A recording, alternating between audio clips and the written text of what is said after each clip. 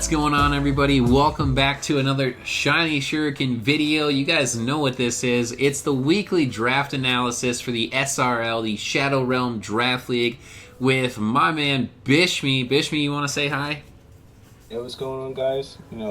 Back again for week, what is this, 5? Yeah, week 5. Back on Shiny Shuriken's channel. If you guys missed the previous ones, we got weeks 2 and 4 on my channel, and weeks 1 and 3 over here on Shiny's channel.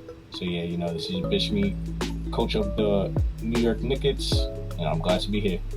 Yeah, guys, you guys make sure you guys jump over to Bishmii's channel. That's going to be linked down below in the description. So go check out Bishmii's channel, show him some love, and drop that sub. Please do me that favor, because this man is an amazing battler, phenomenal Pokemon player. You guys check out his stuff. He's got some great videos. He's in a bunch of draft leagues.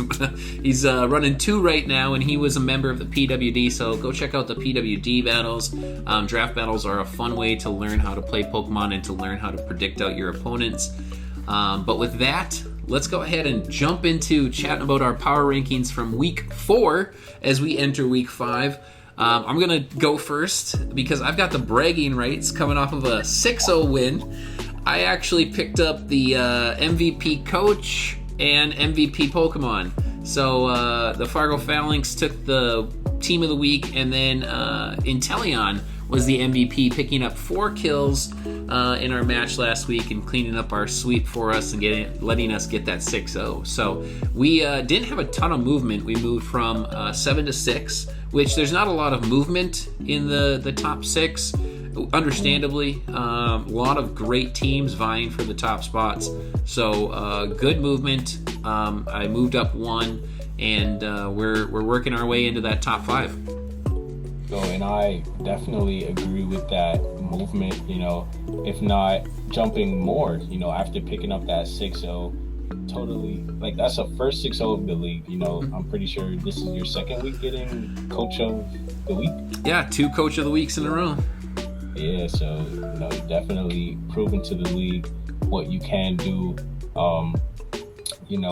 You did go up against one of the top 5 teams, being me, and I don't think you went against. Oh, you went against the Highland Hydreigons, but I'm definitely looking forward to your matches versus that G-Max Zard and Sen and the Cerulean Mewtwo's. I will. I will 100% be looking forward to some of my harder matches. I mean, shout out to my opponent, the Dutch Star Manitan, Coach E-Meister. Or no, sorry, that was 2 weeks ago. Coach E-Meister of the Falador Flapples.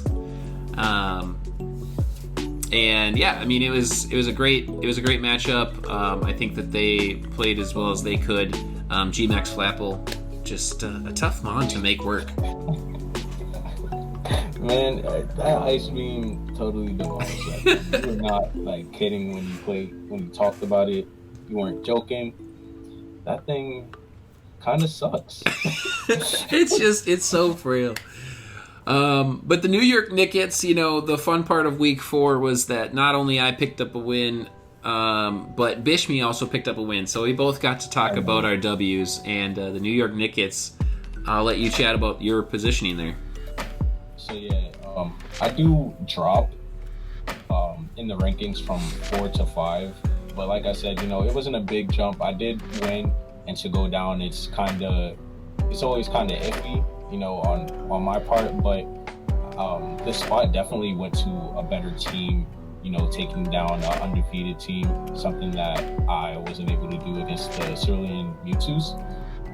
And that team is also the coach that won last season, so I'm looking forward to going against him next week in my week 6.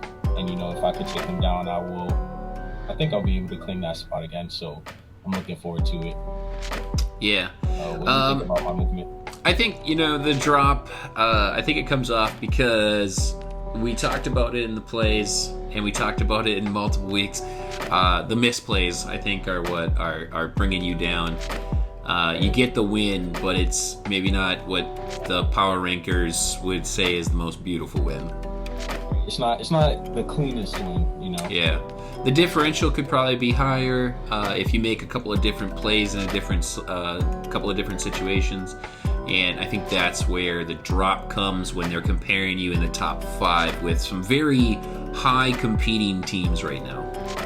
Right, like I said, with this G-Max Zard going 14-2, and the Cerulean Mewtwo's, I'm pretty sure they've never like dropped under 5 mons. They always pick up like 5 2s and 5 O's. Yeah, it's the commentary is always fun too. I got the first 6-0 of the season, right, and yours was a solid win, keeps this team in the top 5 as they continue to find ways to win games, which is the creative way to say there were some misplays, but they still got it. Yeah, just able to have that team kind of pick me up when I make some misplays, like you said. And I want to say definitely that win was really lucky because on my opponent's part, EJ and the St. Louis Swablues, his Weavile was the wrong nature, and I want to say I think I would have lost that match if it wasn't for that. Yeah, really quick, I did make a mistake. It was the Dutch Star Manitown. I'm just thinking Falador Flapples because I went up against the G-Max Flapple. So it was Coach E. Meister and the Dutch Star Manitans that I went up against last week. Yeah. And I'm looking forward to seeing how the movement goes, after this week. Yeah. Yeah, it'll be interesting. For those of you guys who don't know, if you're just watching the analysis video right now and you haven't been over to either my channel or Bishmee's channel to check out the Week 5 matches, which are up, we actually squared off against each other. The New York Nickets and the Fargo Phalanx faced off, and we're going to give you an analysis and breakdown of our battles right now, so we're going to hop over into that. Catch you guys over there in just a second. Alright guys, so as you can see here, we've got 2 windows up. We've got both Bishmee's angle and my angle for today's match because it is the same match. It's the match you guys have been waiting for, the versus between Bishmii and myself, the New York Nickets taking on the Fargo Phalanx. So we're actually going to run both matches simultaneously right by each other, and we're going to chat through the move sets, of course, like normal. But this will be the only match that we have to run through because we were both in it. All right. So yeah, going into this match, my lead with Togedemaru, I just wanted to try to get everything started with my electric terrain, and you make a great prediction, leading Salazzle. I'm pretty sure you said in your video you expected me to go for the turn 1 fake out. Yep. Yeah, I thought fake out was going to be the play. Togedemaru can be a strong physical attacker in its own right. I think Zingzap's pretty great and everything. Obviously, you were using it for some completely different tactics. I wanted to bring in Thievul again because I wasn't sure if you would be expecting it, and so I wanted to run an electric terrain. So first I looked at Morpeko. I was like, oh yeah, Morpeko gets it, but I felt like Togedemaru would have been a better setter with U-turn. Yeah. I so wanted to predict this switch into Gastrodon here. I thought about running... This is why I ran Toxic. I actually ran Toxic both on Vileplume and Salazzle because I wanted to Toxic this Gastrodon because it was pretty difficult to deal with. If you built a balanced one, I think as a physical one, I had other ways to deal with it. But I wanted to make that prediction, but I couldn't give up the opportunity to take out Togedemaru. Yeah, and I like that play too because, as you said, you were scouting to check if I had any defense EVs, because I'm pretty sure you say after that flamethrower damage, you're okay, I can tell this is max special defense. Yeah. And then just one of the most brutal plays in the battle, the 10% freeze, as you have said. I couldn't do anything here with Vileplume. It wasn't worth it to switch out. It was just being, basically, please tank some hits. Please thaw out. That's all I could do. Yeah, and I didn't want to, also stay in case you got, the turn 1 thaw and, Giga Drain, because I didn't want to get hurt by that after seeing like what Orbital was doing to Gastrodon. I just didn't want to stay in, and I felt like it was a good chance to like set up my electric terrain finally. Yeah, and it gave me a little insight into the attack you were running. And I immediately, in my head, I got lucky here with the thaw out. I only had 2 turns of freeze. I get the strength sap off, so I get to actually go back to full health off the physical, Togedemaru. And my head immediately goes into, you're going to be bringing in Thievel for that electric seed unburden. Yeah, and like, obviously, my Togedemaru was just a support set, so I wanted to bring in like someone that could start doing a lot of damage. I was pretty sure. My head didn't even go to Morpeko. Yeah, I wanted to like use that electric terrain to boost my electric aura wheels, and then I was metronome, so like instead of being like banded, because with metronome after 4 turns you could go up to +4. Yeah, I believe. That would hurt. Even a max defense Grim behind a reflect is not gonna like that. And like I decided to like start getting it set up. I think I was a little torn between going Thievel or Morpeko, but I was pretty sure that Thievel was just gonna get like smoked by a fairy move that I expected you to have. I thought you were gonna have the screens, fairy move, and dark move, but you really like threw me off. I mean, I only threw up the reflect. I ran a lefty set to make Grimmsnarl as versatile as long as it could be, and dropped the light clay, and actually also dropped light screen. I saw your team was a lot more physically offensive, and Wheezing being one of the special attackers, I'm not staying in on that anyway to toss up a light screen, so I felt like it was an easy drop to get the important T-Wave and Taunt, both on the moveset. Yeah, and like as you can see, this dark aura wheel does nothing, and I'm like, all right, if he goes for a play rough or a spirit break right here, Morpeko's gonna go down. So like that's where my switch came from. Yeah, my switch came from I didn't think that I'd be doing a lot. I don't have any attack investment in this week. I ran it all back into special defense and defense. There might be 4, the remaining 4 might be in there, but it's not going to do anything. It's dark type on dark type. And so I switch into something that I think can take the physical hits, especially behind a reflect. And I was going to strength sap to take away the attack stats of the Morpeko. Yeah, that would have definitely put you at a great position. Like I say, this Vileplume was a huge problem for my team, and like given the luck, I definitely should have tried to take it out earlier. I love that Vileplume, but this was a disadvantageous switch for me. As you can see, I immediately have to double. I didn't predict well on what was happening in the battle, and there's a lot of switching happening up to this point, but it's really good battlers, trying to vie out for momentum. Yeah, and like you just bring in Inteleon, because I'm pretty sure in your video, you know that I like to run the flamethrower on Wheezing. That was a great switching for you. And then also, like, we talked about this, I want to say almost every video, like Wheezing just doesn't have that special defense usually, Yeah, and I wasn't sure what the builds were just yet, but I also did know that you probably wouldn't stay in and just take a free shot and give me that intel. I knew the Gastro was coming in, so that's why I didn't, obviously I didn't click the snipe shot.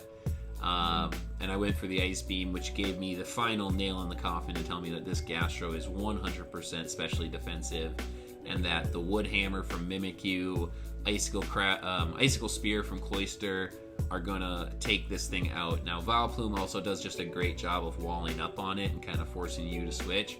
I needed an advantageous moment to get something in to take it out. Right, because with Gastrodon out the way, it just opens the door for Inteleon, Salazzle. Inteleon looks so good if Gastrodon was gone. Inteleon, just like in that match against E-Meister. I needed E-Meister. to get rid of Water Absorb Araquanid. Turn 1, it was gone. Inteleon cleaned up. Yep. So I wanted to make sure, I kept my gas shit on. The tactics here with Centiskorch, the Inferno, just touche. I was kind of scratching my head. I was like, I can't remember if Inferno is special or physical. And I was thinking to myself, I'm like, he totally switched Centiskorch over to be a special attacker to surprise me, because I always think it's physical. Yeah. And the Blunder Policy, Inferno Miss, great play.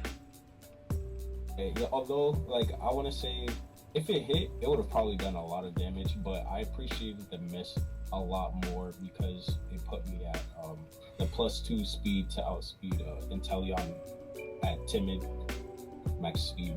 Oh, wow. It would have outsped my Inteleon? Oh, man. Yeah, because like I said, your speed tier is great. You got one of the fastest teams in the league. So I wanted to use my Morpeko with the Aura Wheel, like you said, the Unburdened Thievel, and Blunder Policy Centiskorch to try to get my speed up. That's nice. And I switched in Cloyster, trying to make some predictions of some physical hits. Cloyster is still a very defensive Pokemon. So I was trying my best to try and make some momentum happen, and obviously make a terrible choice. I find out right after I switch Cloyster that Inferno is a special attack. I'm just kicking myself for forgetting that, and cost me one of my best Mons.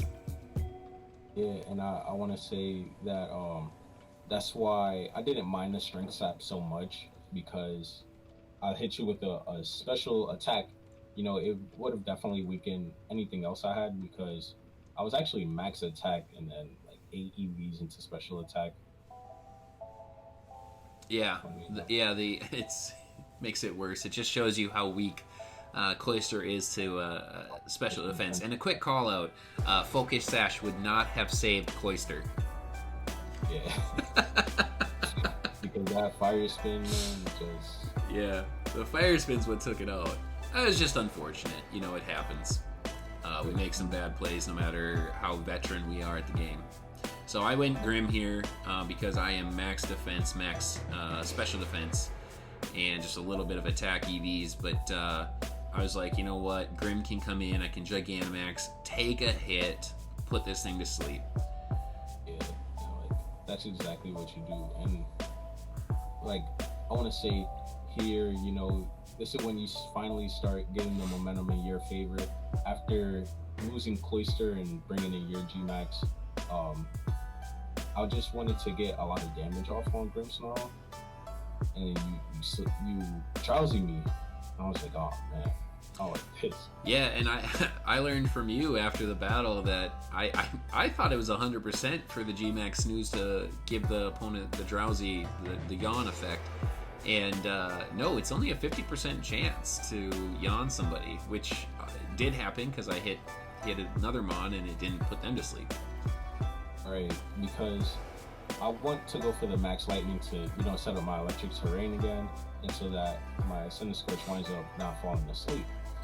And you just guard. And I'm like, yeah, that was a great play, because now I'm forced to sleep. I was expecting a switch, honestly, and then thought maybe if he doesn't, I better go for it. It's a safe play, and I already took one risk and lost a whole Mon. So here's where I do predict a switch, though. I'm like, I don't think he would let me KO Tico straight out. So I go for the G-Max snooze again, which is, it's my only attack, but I do honestly think that I'm going to get lucky with his switch, and I do. The Togedemaru comes in. Would have been really cool to see a yawn go off again. Yeah, and after the animation, you don't see it, so that's the indication, and it totally slipped my mind. And especially if you're not paying attention and you're expecting it to be 100%, you're like, wait, where's the Drowsy? In the battle, I'm asking about it. I'm like, so it's not gonna sleep, I guess. And I was thinking it's because I taunted here, I predict out the electric terrain use by the Togedemaru. And I'm like, maybe the game glitched and read that electric terrain went up. No. Yeah, like in the code they thought it went up, although lost by. Yeah, no, it was. I mean, it's still good. I got a lot of damage off on the Togedemaru. The taunt was a great play for me. I went Darkest Lariat here just to, in case you wanted to let the Togedemaru go down. But knowing that you had more investment in the Morpeko and the Thievul, two Pokemon relying on that electric terrain, I understand the switch. Yeah, because I definitely want to say that was, the build behind my team. I didn't want my own setter to go down, because although I wasn't able to make use of it before, eventually if I was able to get it up, hopefully, things would turn into my favor. Yeah. And I get this damage off on the Wheezing, which is still solid damage. It's okay. I mean, it's a Darkest Lariat, but that thing is so defensive, I have no chance. So I actually want to try and go switch out, all to learn that, I can't. But I got lucky here. The longest fire spin ever. It was the longest fire spin of my life. It did go a full 5 turns. I don't know if it can go past 5 turns. It might have been 7 turns, 8 turns for me. I don't know. But here's where I realize I'm locked into fire spin, so I'm just going to let my Grim go down. But I get really lucky because you switched up your Sludge Bomb on Wheezing this week. Yeah, I ran the Clear Smog in case you had the Mimikyu, Swords Dance, or the Cloister. I wanted to just come in and nullify the stat changes. Yeah. And, as you see, if I had Sludge Bomb, it would have definitely KO'd. Oh, 100%. I was dead if it was Sludge Bomb. But Clear Smog, I actually get to live, which is big for me. And I get a Para off, which isn't huge. But it does get me out of Fire Spin and allows me to save my Prankster Grim for later in case I need to taunt, T-Wave, or Reflect for something. And so we both make a switch here, or no, I make a switch here to Salazzle.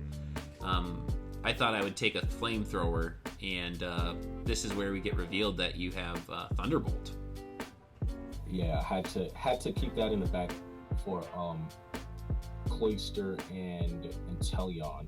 I was very surprised by the Thunderbolt because I was thinking about going Inteleon, and here's where I try to make the turn 1 prediction, and I fail. Yeah, I want to say, to anyone's watching, this is something that you definitely got to do too. If you made the play before, definitely switch it up. Don't do it again, because as we saw, Shiny, he predicted me to go into Gastrodon on that first turn, but I actually stayed in. It kind of bites me in the butt at the end. Yeah. But I also kind of thought that I would live the the Flamethrower, which is funny, but yeah. And I'm surprised by the switch because you just saw me go Toxic. I have to switch, so I'm just basically expecting to take a Thunderbolt damage on Vileplume, so that I can get right back in to Salazzle on a hopeful Flamethrower. And then I get this advantageous switch for myself, which is Gastrodon, and I can't give up the option, so I have to do something here. And I try to predict out the switch and go Sludge Bomb over Giga Drain. And it does pay off for me. I do get I did go Giga Drain. I was trying to predict Sludge Bomb at some point, I think, but I get some damage off, and that's good enough. It's still asleep. So I think I'm switching out here.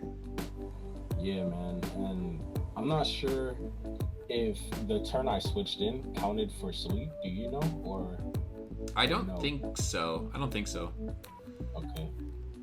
So yeah, at this point, I'm like, this is a great opportunity for me to try to wake up, because I know you have to switch out. And if I do get the turn one wake up, something's taking this power away. Yeah, and I brought in Mimikyu here to try and get some advantageous momentum here. I don't have Swords Dance or anything, and I realize that when I switch it, I'm like, wait a minute, it's Fire Bug. It literally resists everything I have. So yeah, I'm able to eat a hit. I don't think Mimikyu gets like what rock type coverage. Not really. I basically just go for the strongest stab I can with Play Rough. Yo, and that does a lot of damage. It did. It still did. I mean, Mimikyu is a great attacker. Yeah, so I was like kind of hoping that I would wake up that turn. Maybe I should have let like my center scores go down at that point. I want to say. I think the switch to Wheezing was really good. I mean, you ate this Play Rough. I mean, it gobbled it up and said, Mimikyu, you're nothing to me. And then, all right, so I'm gonna explain this from my part. So, you know, a lot of people dislike the T-Spikes play, but I want to say I knew Salazzle was low, and I knew that Vileplume couldn't take, I want to say, maybe 2 flamethrowers. So me going for the T-Spikes play here was, in case you stayed in, you know, it would force you to switch into, you know, Salazzle or Vileplume. Yeah. I mean, it's late game, but here's the problem. There's still five plus Pokemon there's 5 on mine and 6 on Bishmee's. So it stinks that the 2-minute timer goes off, but I get the play. I just, I get an advantageous moment right here. At that point, like, I should have been going for damage, you know, been throwing off attacks. And, you know, as we see, I stay in with Wheezing and you get off the flamethrower, picking up your first KO. Yeah. The strongest of flamethrowers. I definitely needed that. I absolutely needed something to go down to limit the options for switching and to start building some momentum. And with Wheezing gone, it does open up a lot of options for me, both with Mimikyu and some of my physical attackers, if Cloyster were still alive, Grim as well. So it was a nice KO for me. Yeah, because without you know, without Wheezing, Grimmsnarl with the Prankster, you could still get off a T-Wave or a Taunt on any of my Mons. So yeah, like I said, I've been kind of baiting in the Vileplume play, because I didn't know you were locked into Flamethrower, but I didn't think you want to stay in for a Scald. Yeah, and I go Vileplume because Vileplume's one of my Gastrodon checks. You know, the Giga Drain does so much. Here's where I make the prediction on the switch, and I go Sledge Bomb. And I get lucky on the switch. I mean, Giga Drain was doing a lot, and I built some special defense to deal with the Ice Beams from Gastrodon. So I was feeling really good about how Vileplume could perform. I think that in a 1v1, I think I would have won out. Versus Theo? Versus Gastrodon is what I was going to say. Oh, okay. Because I think I was faster and I would have got the Giga Drains off before your recovers. And then this last play, I mean, I just want to throw respect out to you, you know, playing out. Absolutely could have just sat in and gone to timer. And I think with the HP, you would have taken it. You know, as we see, the Giga Drain at the end did the most damage and got me some HP back. And then Black Sludge also just a little bit. I mean, I don't know how close that was, but that was super close. As we go to a 5-5, just a bummer of a match, and I mean, it's too bad that we had to go into a timer, but I appreciate that you were playing it out. I was trying to click moves as fast. You know, I talked about it over on mine that I'd rather lose straight out, so I actually tossed in Salazzle at a point to just let it go down.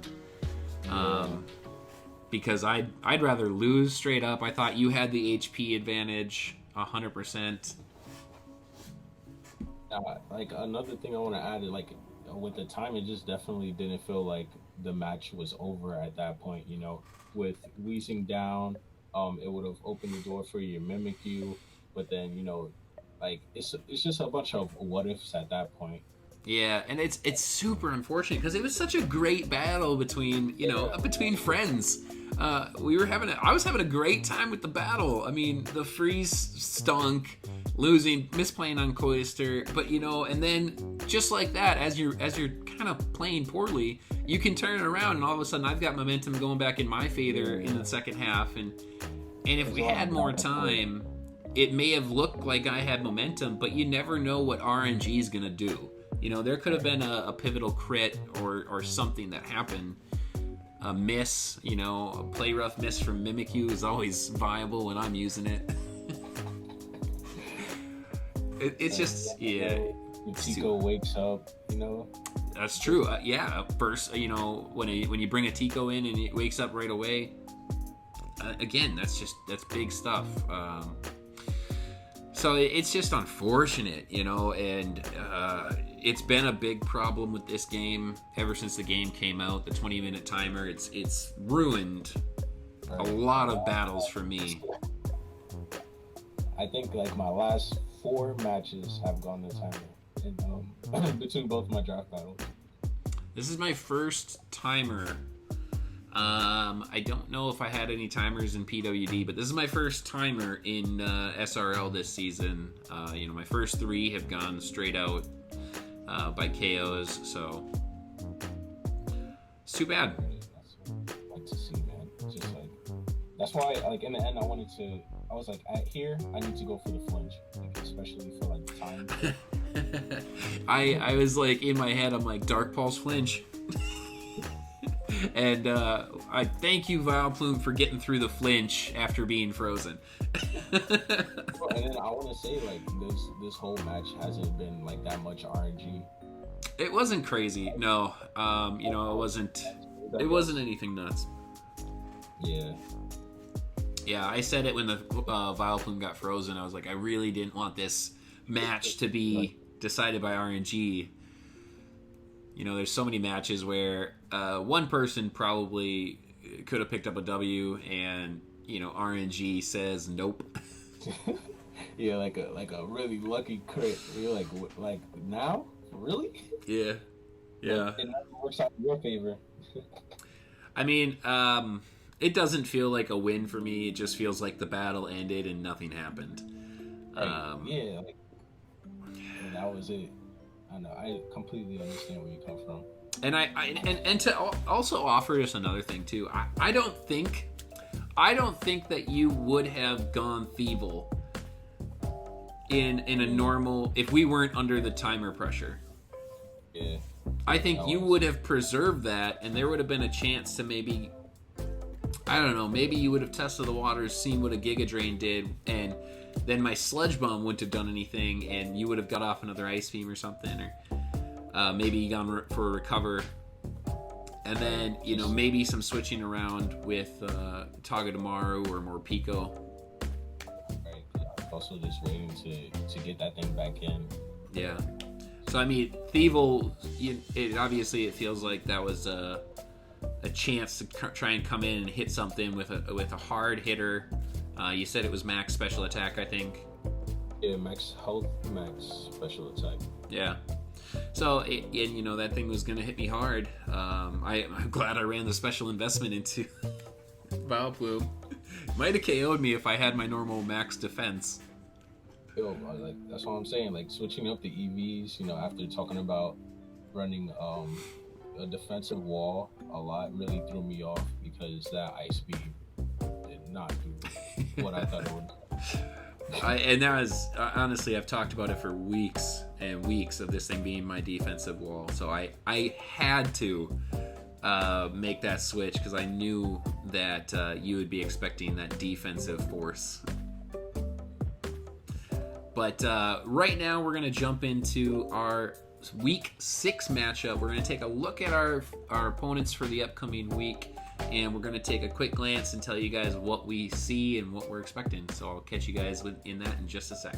All right, you guys, so here we are taking a look at our Week 6 matchups. We are going to kick off with the New York Nickets, so I'm going to kick it over to Bishmii to let you know about his matchup with the Raleigh Goons. So yeah, this is one of my first time looking at this teams, and I only have a little bit of intel from Squid's video when he went up against them, and you know, he picked up the W. But you know, looking at the G-Max matchup, Centiskorch versus Duraludon, you know, Centiskorch doesn't get a fighting type move, and I'm not sure if like there's any other way to hit this thing super effectively. Is there? No. Ground. Yeah, ground. Like, okay, Ground type. yeah, I did not get access to that either. But I'm not sure. Does Duraludon get like rock type moves though? Because I'm pretty sure. I'm pretty sure it does. Yeah. so the G-Max matchup is not looking in my favor. But yeah, like you said, it gets access to Rock Slide, Stone Edge. Yeah. Yeah, I mean, it's got a lot to do with with Centiskorch. Outside of that, and then I'm pretty sure he could set up rocks with Duraludon, Steelix, Dugtrio, or Clefable. Definitely gonna have to run boots if I decide to bring it. That is. But yeah, for his G-Max, I'm not sure like how I want to take care of that right now. Me having the only legendary in this match with Virizion, I think is going to come in clutch. Dealing with a lot of his mons having the grass fighting, poison, and steel coverage. Yeah. With the What Stone Edge. do you think about Virizion's matchup against Duraludon? I think Virizion would do really well with just like a close combat. And I can build it to be kind of bulky. I do know that Duraludon gets like flamethrower, right? I mean, I think it does. No, it does not get flamethrower. But let me throw this out to you. Back from Gen 7, when I had to take whatever nature I got on the shiny hunts that I did, I actually ended up with a modest nature Virizion. And I've ran a special set. And I'm just saying, Duraludon's defense is 115, but its special defense is 50. 50. Wow. So, Focus Blast, Focus Miss, is always a viable option, and it looks like it hits a lot in this generation from what I've seen people firing Focus Blasts off on me. Well, yeah, I can imagine that against you, it always hits. Gotta be 100% accurate the way they use it. But It has to be. I definitely do like that because I was looking at Virizions stats, and the special attack and the attack are like both at 90. So It's not bad. It actually can be both. It's just the move pool. right. Yeah. You lose access to the Sacred Sword, and yeah, it's just unfortunate. Thank you for bringing it up. I definitely want to bring Virizion into this matchup because, like I said, it has a lot of coverage for his mons. I'm a little bit scared of the Clefable. I'm definitely expecting to bring that. Just looking, definitely I see Incineroar, Primarina, Duraludon, Clefable. They might want to bring the Steelix, like I said, for the rocks. If not, Dugtrio.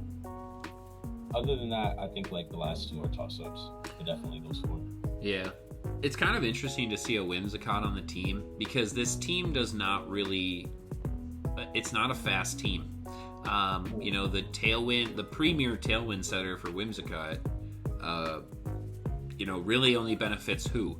Wishy-Washy, Primarina, maybe if you're running a max speed Duraludon with a Timid, or even, you could run Timid or Jolly, and then the Alolan Dugtrio, and then the rest of them, they don't really benefit from the Tailwind.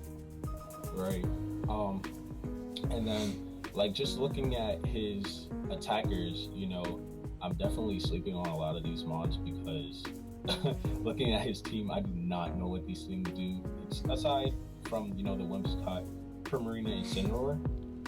Yeah. And the Duraludon, I'm definitely going to be looking at those to be attackers. Yeah, it's there's some opportunity here for him to go Trick Room.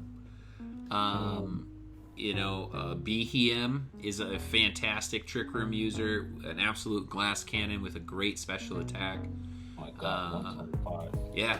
Aromatisse can be a pretty decent Trick Room player. And then Clefable, of course. A lot of people sleep on it as an attacker, but I've got some really recent use with it. And I actually run a Magic Guard set with Toxic Orb. so that I can't get put to sleep or paralyzed or anything that actually hurts me. And then I run Calm Mind, and I mean, this thing can be a tank along with the Moonlight. And if you're running a past gen Clefable, which we can, you got to worry about soft boiled. Soft boil and things like Wish Teleport that we see in the meta a lot. Clefable is running it up. I think it has like 50% usage right now. Yeah, it's a great Pokemon. Great Pokemon. And a good move pool too. Moonblast, Thunderbolt, Flamethrower. Yeah. Lots of good coverage. Have been hit by a lot of those, like I bring in Pelipper. I'm like, what are the odds this thing has Thunderbolt? It has like you said, such a deep move pool, whether it's support or the offensive set, or even mixed. Like my Pelipper just taking a lot of Thunderbolts from that. It's like, you never know with those things. Yeah. All right, so good luck to your match with the Raleigh Goons. Looking forward to it.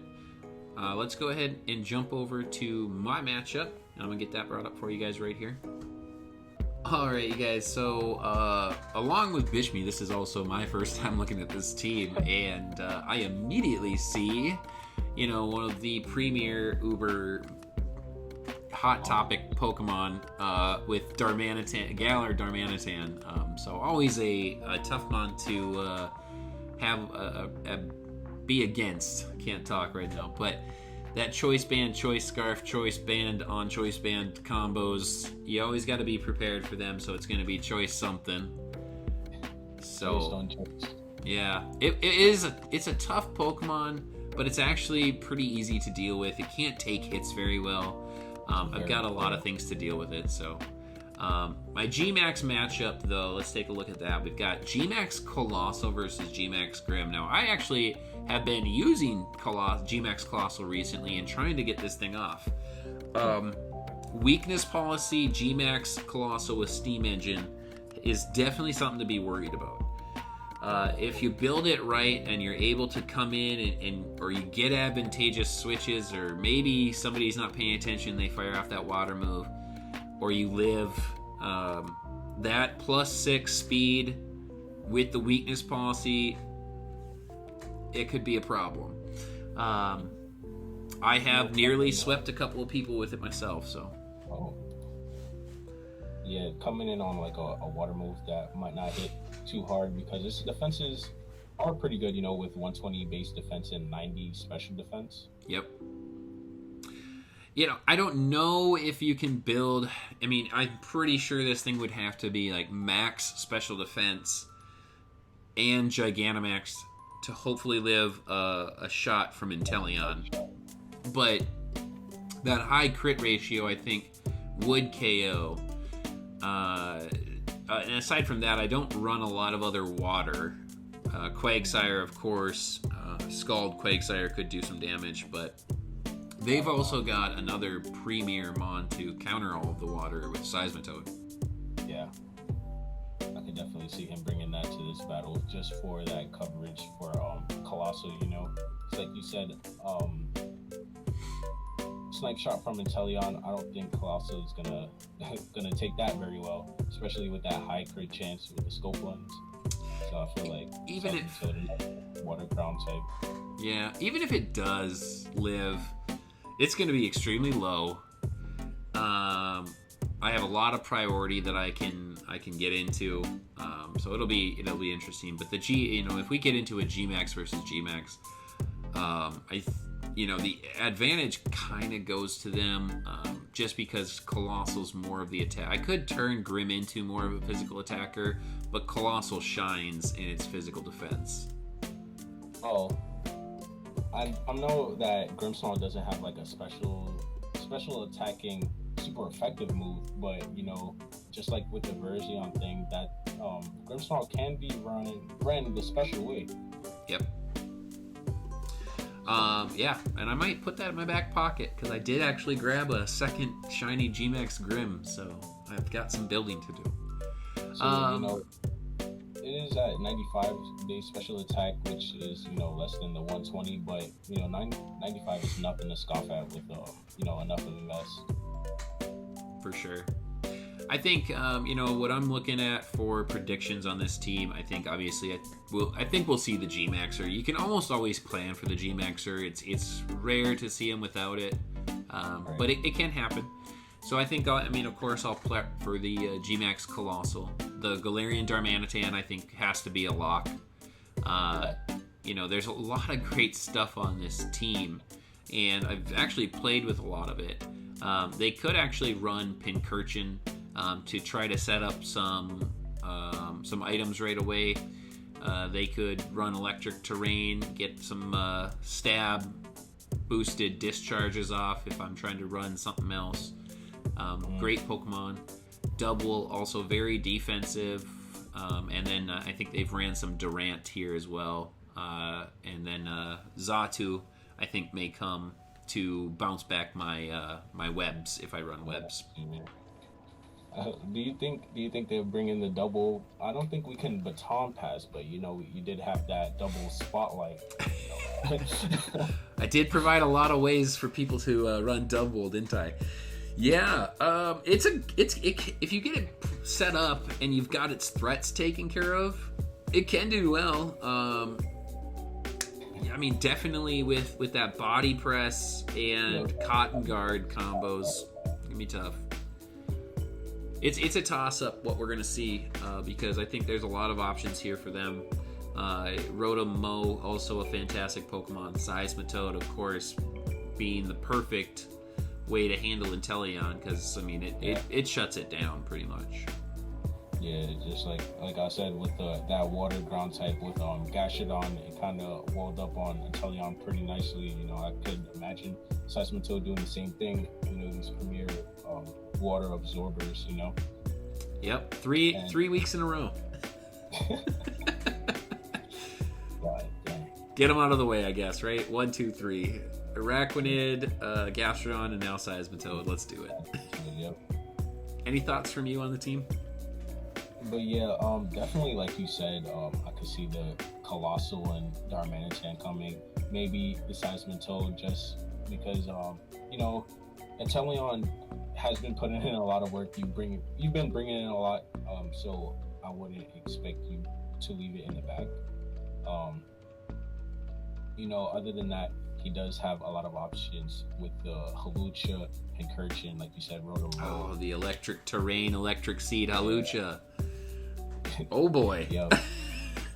or I don't know if you remember from my match, he ran the Power Herb, and I had got that Lucky Toxic off to kind of whittle it down. Yeah, that's right. Oh, I'll have to check out your battle again.